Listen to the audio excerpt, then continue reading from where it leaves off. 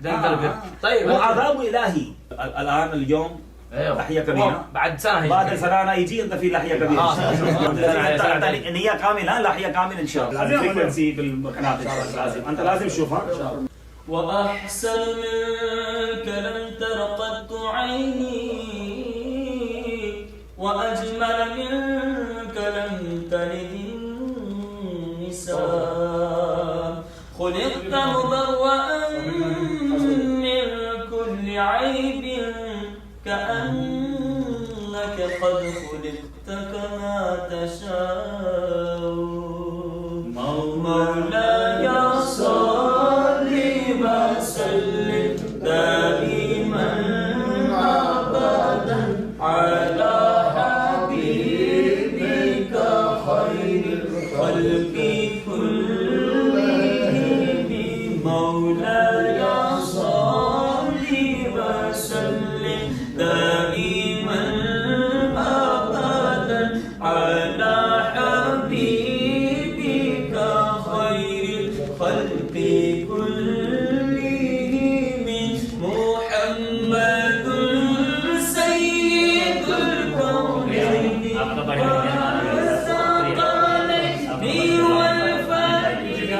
پابندی سے پڑھنی اور آقا کی سنت پوری سے کرنا، پوری سے کرنا، دعا کرنا اللہ خوش کرے۔ باغ فردوس کو جاتے ہیں ہزاران عرب، ہائے صحرائے عرب، ہائے بیابان عرب، ہائے صحرائے عرب۔ دل وہی دل ہے جو آنکھوں سے ہو حیران عرب، مجھ کو درپیش ہے پھر مبارک سفر، قافلہ پھر مدینے کا تیار ہے، قافلہ پھر مدینے کا تیار ہے۔ میرے بیچ اور پیارے اسلامی بھائیوں اور مدنی چینل کے ناظرین، اس وقت ہم جوحفہ میں موجود ہیں۔ یہاں پر بڑی عالیشان مسجد بھی موجود ہے، اور جوحفہ یہ وہ مقام ہے جہاں حضرت مدینہ میں نبی پاک علیہ الصلوۃ والسلام تشریف لائے، اور یہیں سے ملک کے شام سے آنے والوں کے لیے میقات بھی ہے۔ یاد رہے 5 میقات ہیں، ان میں سے ایک میقات جوحفہ بھی ہے، اور نبی پاک علیہ الصلوۃ والسلام نے یہاں سے بھی ایک بار احرام باندھ کر مکہ پاک کا قصد فرمایا۔ سبحان اللہ، بڑا مبارک مقام ہے۔ اور جب آپ ہجرت مدینہ کے راستے کا نقشہ دیکھیں گے، اس میں جوحفہ بھی آپ کو نظر آئے گا، اور آج ہم اسی سفر میں جوحفہ کے مقام پر آئے ہیں۔ اللہ تعالی ہم سب کو اس مقام کی برکت نصیب فرمائے۔ صلو علی الحبیب صلی اللہ تعالی علی محمد صلی اللہ علیہ وسلم۔ عطا ہو مجھے کو چشم نور، مجھے دے دو دل مضطر، ذرا جلدی میرے دل پر آقا، ذرا جلدی میرے دل پر، مدینہ آنے والا ہے، ذرا جلدی میرے دل پر، مدینہ آنے والا ہے، مدینہ آنے والا ہے، مدینہ آنے والا ہے، مدینہ آنے والا ہے۔ صلو علی الحبیب صلی اللہ تعالی علی محمد صلی اللہ علیہ وسلم۔ پچھلے پیارے اسلامی بھائیوں، مدنی چینل کے ناظرین، تھکن عروج پر ہے۔ قافلے والوں نے صبح ناشتہ کیا تھا، اور اب رات کے تقریباً 7:45 بج رہے ہیں، اب جا کر الحمدللہ مچھلی کھانے کا موقع مل رہا ہے۔ ہمیں یہ بھی بتایا گیا ہم کیوں یہاں پر آئے، کہ نستورہ یہ ایک علاقہ ہے، اور یہ پورا جو ہمارا سفر ہوا ہے، اسفان، پھر اس کے بعد جوحفہ، اس سے پہلے جو ام معبد رضی اللہ تعالیٰ عنہ کے خیمے والی جگہ تھی، پھر جوحفہ، اور اب ہم نستورہ پہنچے ہیں، وادی قدید، یہ سارا جو ہے وہ سمندر کے کنارے ہے۔ اور اگر آپ ہجرت کے راستے کے نقشے کو بھی دیکھیں تو وہ بھی سمندر کے کنارے کنارے ہے۔ تو بتایا جاتا ہے کہ نبی پاک علیہ الصلوۃ والسلام نے اس راستے میں مچھلی تناول فرمائی، تو سمندر بھی قریب ہے، وہ یادیں بھی ہیں، تو ہم نے کہا چلیں کیوں نہ سنت کی نیت سے مچھلی کھائی جائے۔ اگر اس سفر میں نہیں کھائی تو مچھلی کھانا تو نبی پاک علیہ الصلوۃ والسلام سے ثابت ہے، تو سنت کی نیت کر لیتے ہیں انشاءاللہ، اور کھانا کھانے سے پہلے کی دعا بھی پڑھ لیتے ہیں۔ مدنی چینل کے ناظرین بھی اگر آپ کے منہ میں پانی آ رہا ہو تو آئیے آپ کو بتاتے ہیں کہ مچھلی کھانے کے فوائد کیا ہیں۔ امیر علیہ سنت مدنی مذاکرے میں فرماتے ہیں، آپ بھی سنیے اور کوشش کیجئے اپنے بچوں کے لیے آپ بھی مچھلی کا انتظام کیجئے۔ اب ہم کھاتے ہیں انشاءاللہ۔ الصلاۃ والسلام علیک یا رسول اللہ وعلی آلک و اصحابک یا حبیب اللہ۔ بسم اللہ الذی لا یضر مع اسمہ شیء فی الارض ولا فی السماء وهو السمیع العلیم۔ بسم اللہ وعلی برکت اللہ۔ یا واسع المغفرہ یا واجد الصلاۃ والسلام علیک یا نبی اللہ وعلی آلک واصحابک یا نور اللہ۔ نیت کر لیں انشاءاللہ عبادت پر قوت حاصل کرنے کے لیے کھاؤں گا، سنت کے مطابق بیٹھ کر کھاؤں گا، مدینہ منورہ کے سفر پر قوت حاصل کرنے کے لیے کھاؤں گا انشاءاللہ۔ ہر ایک 2 لقموں پر یا واجدو بھی کہوں گا۔ پیغام صبا لائی ہے گلزار نبی سے، آیا ہے بلاوا مجھ دربار نبی سے، دربار نبی سے۔ پیغام صبا لائی ہے گلزار نبی سے، آیا ہے بلاوا مجھ دربار نبی سے، دربار نبی سے۔ شکر خدا کہ آج گھڑی اس سفر کی ہے، شکر خدا کہ آج گھڑی اس سفر کی ہے، جس پر نثار جان فلاح و ظفر کی ہے۔ آیا گے بلاوا مجھ دربار نبی سے، دربار نبی سے۔ مچھلی کے حلال کرنے کا کیا ہے طریقہ کار بتا دیجئے۔ مچھلی کو حلال کرنے کی ضرورت نہیں ہے، اور یہ حدیث پاک میں ہے کہ یہ ایسی چیز ہے کہ جس کو شریعت نے بغیر ذبح کے ہی حلال رکھا ہے۔ اس کے ذبح کرنے کی ضرورت اس لیے نہیں ہے کہ اس میں خون نہیں ہے، تو جس کو ذبح کیا جاتا ہے تو اس کا وہ جو خون ہوتا ہے وہ نکالا جاتا ہے، تو اس میں یہ نہیں ہے، اس لیے اس کو ذبح کرنے کی بھی ضرورت نہیں ہے۔ ٹڈی اور مچھلی یہ دونوں ایسی چیزیں ہیں کہ جو بغیر ذبح کیے ہی حلال ہیں۔ مچھلی کا سر کھایا جاتا ہے، بہت فائدہ مند ہے، شاید مچھلی کے مقابلے میں سر کے فائدے زیادہ ہوں۔ مچھلی کے سر کا شوربہ، فالج، پیرالائز، لقوہ۔ لقوہ اور پیرالائز یعنی فالج میں فرق ہے۔ ہاں مدنی منو، ہمارے عام طور پہ ہم لقوہ اور فالج ایک ہی سمجھتے ہیں، دونوں میں فرق ہے۔ فرق یہ ہے کہ فالج میں آدھا بدن سن ہوتا ہے اور عموماً لیفٹ، اور لقوے میں منہ کا کچھ حصہ کبھی آنکھ پر آ جاتا ہے، کبھی دانتوں پہ گرتا ہے، ایک زبان پر گرتا ہے، کبھی تو آدمی کرتا ہے لڑکھڑاتا ہے، تو یہ لقوہ ہوتا ہے۔ فالج، لقوہ اور لنگڑی کا درد، جس کو عرق النساء یا عرق النساء بولتے ہیں، تو یہ ادھر سے چڈھے کا جوڑ بولتے ہیں، ادھر سے لے کر پاؤں کے ٹخنے کے پنجے کے پاس جو ہڈی ابری ہوئی ہوتی ہے، ٹخنا بولتے ہیں اس کو، اس کے جوڑ تک یہ درد ہوتا ہے، جو بعض اوقات برسوں تک نہیں جاتا، آزمائش والا ہوتا ہے، لیکن آدمی آہستہ آہستہ عادی ہو جاتا ہے۔ اس کو لنگڑی کا درد بھی بولتے ہیں۔ اعصابی کمزوری، پٹھوں کی کمزوری، قبل از وقت بڑھاپا، جوڑوں کا پرانا اور دیرینہ درد، جسمانی اور اعصابی کھچاؤ اور حافظے کی کمزوری کے لیے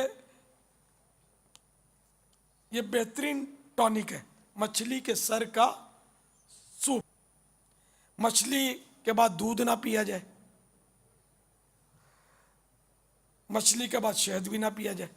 ڈاکٹر لیف کا کہنا ہے کہ مچھلی کھانا جس طرح سے مفید ہے، اسی طرح مچھلی کا تیل بھی اگر لمبے عرصے تک استعمال کیا جائے، لانگ ٹائم یوز کیا جائے، تو اس سے ابتدائی دور میں خون کی نالیوں میں جو رکاوٹیں پیدا ہونے لگتی ہیں، جن سے شریانوں یعنی باریک باریک خون کی رگوں کی سختی کی وجہ سے دل کی بیماری، ہارٹ اٹیک میں مبتلا ہونے کا اندیشہ ہوتا ہے، اس سے تحفظ یعنی پروٹیکشن حاصل ہوتا ہے، کیونکہ یہ بیماری خون کے کولیسٹرول میں اضافے سے ہوتی ہیں، جو ان نالیوں کے راستے یا تو تنگ کرتی ہیں یا بالکل بند کر دیتی ہیں، اس سے دل کی حرکت بند ہو کر موت واقع ہو سکتی ہے۔ مچھلی کا تیل جوڑوں کی درد کی دوا ہے، ایک چائے کا چمچ صبح یا رات استعمال کرنے سے جوڑوں کے درد میں فائدہ ہوتا ہے۔ مچھلی ہمیشہ تازہ کھانی چاہیے، کیونکہ باسی مچھلی اکثر سخت زہریلی ہوتی ہے۔ مچھلی کا شوربہ، مچھلی کا جیسے آپ نے سوپ دیکھا مرغی کا، تو مچھلی کی یخنی سوپ پینے سے آنتوں کے زخم ٹھیک ہو سکتے ہیں۔ یعنی مچھلی کا زائد استعمال مثانے کے کینسر کی افزائش یعنی بڑھوتری روکنے کی صلاحیت رکھتا ہے. تو مچھلی انسانی صحت کے لیے بہت اہم غذا ہے. اس میں بعض اجزاء ایسے ہوتے ہیں جو کسی اور گوشت میں نہیں پائے جاتے. مثال کے طور پر آئیوڈین جو انسانی صحت کے لیے بہت اہمیت کا حامل ہے. اس کی کمی سے جسم کے غدودی نظام کا توازن بگڑ سکتا ہے اور یہ مچھلی میں یہ چیز ہوتی ہے. گلے کے اہم غدود جس کو تھائرائڈ بولتے ہیں، اس میں سکم یعنی مرض پیدا ہو کر جسمانی نظام میں بہت سی خرابیاں پیدا ہو سکتی ہیں. تو مچھلی کا استعمال اس میں بھی مددگار ہوتا ہے. سردی میں اگر کھانسی ہو جائے تو اس کا بہترین علاج یہ ہے کہ مچھلی کھائی جائے. لکھا ہے کہ مچھلی سے بہتر کوئی اس کی میں نے اور کوئی چیز نہیں اور کوئی دوا نہیں. مچھلی کے سر کا سوپ. ایسے لوگ جو اپنی یادداشت بالکل کھو چکے ہوں یا جس کی یادداشت ختم ہونے کے قریب ہو، جوانی ہو یا بڑھاپا ہے نا، یادداشت اگر ختم ہو رہی ہے یا ختم ہو گئی ہے، وہ یہ سوپ ضرور استعمال کریں. یہ مشورہ دیا گیا ہے. مچھلی کے علاوہ دریا کا کوئی بھی جانور حلال نہیں ہے، ذہن میں رکھنا. صرف مچھلی حلال ہے. وہ بھی اس میں بھی ایک طوافی مچھلی آتی ہے، تو الف زبر تو فا یا زیر فی، طوافی. طوافی مچھلی اس کو بولتے ہیں کہ جو قدرتی موت مر کر، طبعی موت مر کر سمندر پر الٹی تیر جاتی ہے، یہ طوافی کہلاتی ہے. یہ حرام ہے. ورنہ زندہ مچھلی یا کسی سبب سے ماری گئی، اندر کسی نے مطلب یعنی کہ کوئی دوا ڈال دی اس سے مر گئی، یا پرندے نے اٹھائی زندہ مچھلی لے گیا اور چبائی آدھی پھینک دی، وہ مر گئی، یہ کھا لی. یہاں تک کہ کسی جانور نے یا پرندے نے سالم مچھلی زندہ نکل گیا، اب اس نے قے کر کے وہی مچھلی ڈال دی اور اس میں تغیر نہیں آیا، نرم نہیں پڑ گئی. تغیر یعنی کہ اس میں رد و بدل نہیں ہو گیا، چینجز نہیں آئی، تو یہ مچھلی بھی حلال ہے. یا رسول سلام علیکہ، یا حبیب سلام علیکہ. پیارے آقا علیہ الصلوۃ والسلام کے وسیلہ جریدہ سے تمام انبیاء کرام، تمام صحابہ کرام، خصوصاً بالخصوص شہدائے بدر کی بارگاہ میں پیش کرتے ہیں، قبول فرما. صبح کا سفر جاری ہے اور اب رات کے 11 بج چکے ہیں. ہم پہنچے ہیں بیر روحا پر، وہ مبارک کنواں جہاں نبی پاک علیہ الصلوۃ والسلام اپنے صحابہ کے ساتھ تشریف لائے. ہمارے بہت ہی مشہور و معروف شخصیت ہیں، بزرگ ہیں، علامہ شاہ تراب اللہ قادری صاحب پچھلے دنوں شدید علیل تھے. آپ ڈائلسس پہ گئے اور آپ نے اس کنویں کا پانی استعمال کرنا شروع کیا اور اب اس کی برکت سے وہ روبہ صحت ہو گئے. کچھ ہی دیر کے بعد ہمارا قافلہ مدینہ منورہ کی فضاؤں میں سچ مچ داخل ہوگا. مجھ کو درپیش ہے پھر مبارک سفر، قافلہ پھر مدینے کا تیار ہے، قافلہ پھر مدینے کا تیار